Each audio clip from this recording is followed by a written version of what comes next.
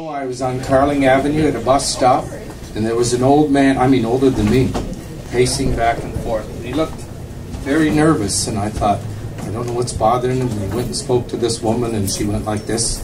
No, so I wondered, what kind of things he requesting? And then they came over to me, and he said, buddy, I need some cash. I've got something to sell. So I wondered what he was going to sell, and he said, would you like to buy some Head and Shoulders? And I was just trying to think, Head and Shoulders, how did they use that? That it's illicit. This is kind of something that came to me when my head and shoulders were almost separated. I've had 13 concussions in my life, and this is what I learned after the most significant of them. Now, you're going to learn a lot in this story because you're going to learn a little bit about Newfoundland history and also a little about right and left brain theory and also some about my life. It's a true story, and it's kind of interesting. I need to give you the Newfoundland history as background for this. Let's raise it for you first before you do that. So let's raise it for Ray. Not Ray. Yes. Raise it. Yeah, let's raise it for Ray. Lots of love. 3, 2, 1. Raise it. So I heard on the news the other day that in Newfoundland they are considering doing something they haven't done since the 50s, which was to pay the people to leave the outports. And they would pay a family $275,000 to leave the outports, so they wouldn't provide them with services. So that's got a lot better than in the 1950s under Joey. They forced them out of the outports. What's an outport? An outport is like a small village along the shore. Okay. In Newfoundland, they refer to the smaller places as outports, and then St. John's is where the townies live.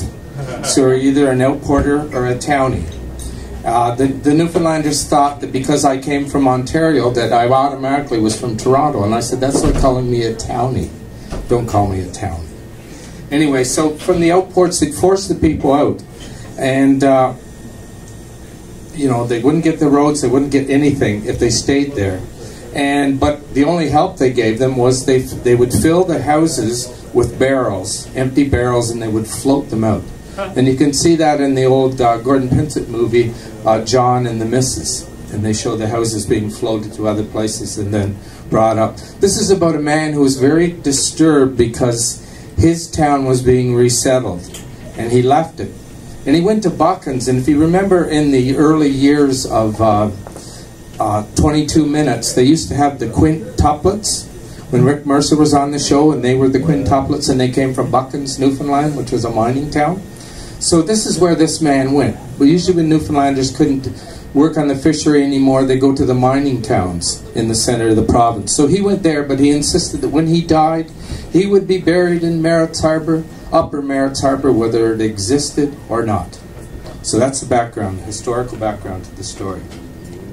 The year is 1978. I'm a lay supply minister in the United Church, which means you're an unordained minister because no ordained minister would dare go to such a place.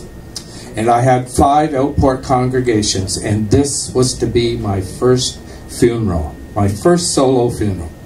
And it was to be in Merritt's Harbour, Upper Merritt's Harbour, which no longer existed. So they had a cart made, and it was kind of like a hospital gurney with bicycle tires, and they push it along the old horse trails through the woods. And the Undertaker, the pallbearers, and I got there. I was only 24 then, long before the family made the trek through the woods. And we got there, and it's late April, and the grave was just like out of the movies. It was kind of a bog, and everything was tipped this way and that.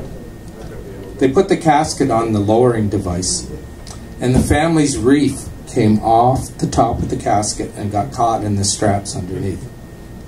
I said to the men there, the family's going to be very upset, and the Undertaker, they'll be very upset to have their flowers not on top of the casket, but underneath the casket.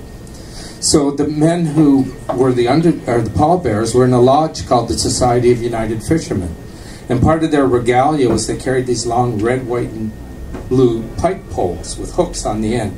I said, just reach in there with I had never seen them use these. And reach in there with the poles and just gently pull the flowers out. And they said, oh, sir, me son, we can't do that. Those are the ceremonious poles. I didn't know that after the funeral they would break the pole in half and throw it in the grave. So finally the Undertaker turned to me and he said, you're the youngest and the shortest, and we have to get the flowers out from under the coffin. So I handed my Bible and service book to one of the men there, and I got down in the grave under the coffin. And what a feeling. My first reaction wasn't, I've got to get out of here, but it was like, this is just like a Salvador Dali painting. You know, you looked up and it was a rare blue sky in Newfoundland, and the white clouds were going by, and the center of the painting was all black. But then there was this thing, and I thought, I wish I had a camera. I'd love to get a picture of this, because nobody's ever going to believe it. My second thought was, how good are the straps? So anyway, I rescued the flowers, passed them up, and then I put my hands on the edge of the rough box, all prepared for the jump up through the crack and into the outdoor world. Now, in those days, Newfoundland still had fish. And Newfoundland fishermen had strong arms. And two of them came by, grabbed me by the arms, and gave me a yank upwards. Or as they'd say, upwards, me son. They gave me a yank upwards. Well, just then the sun was coming into view, and I'm troubled by bright light, so I started to squint and hold the one eye, and I didn't see that my head was heading for the bottom of the coffin. Crack. They knocked me out. And I literally did have the stars and the lights, just like the cartoons. When I surfaced, they held me because I was kind of swaying. And I couldn't very well hold the hymn book and the Bible and conduct the rest of the service at that point.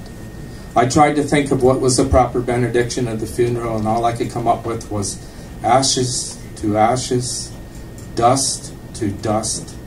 Come on, Scotty, beam me up. But apparently that wasn't the right one for that occasion. And then I thought about the hymn, Up from the Grave He Arose. And when we sang that a few weeks later, I went, been there, done that.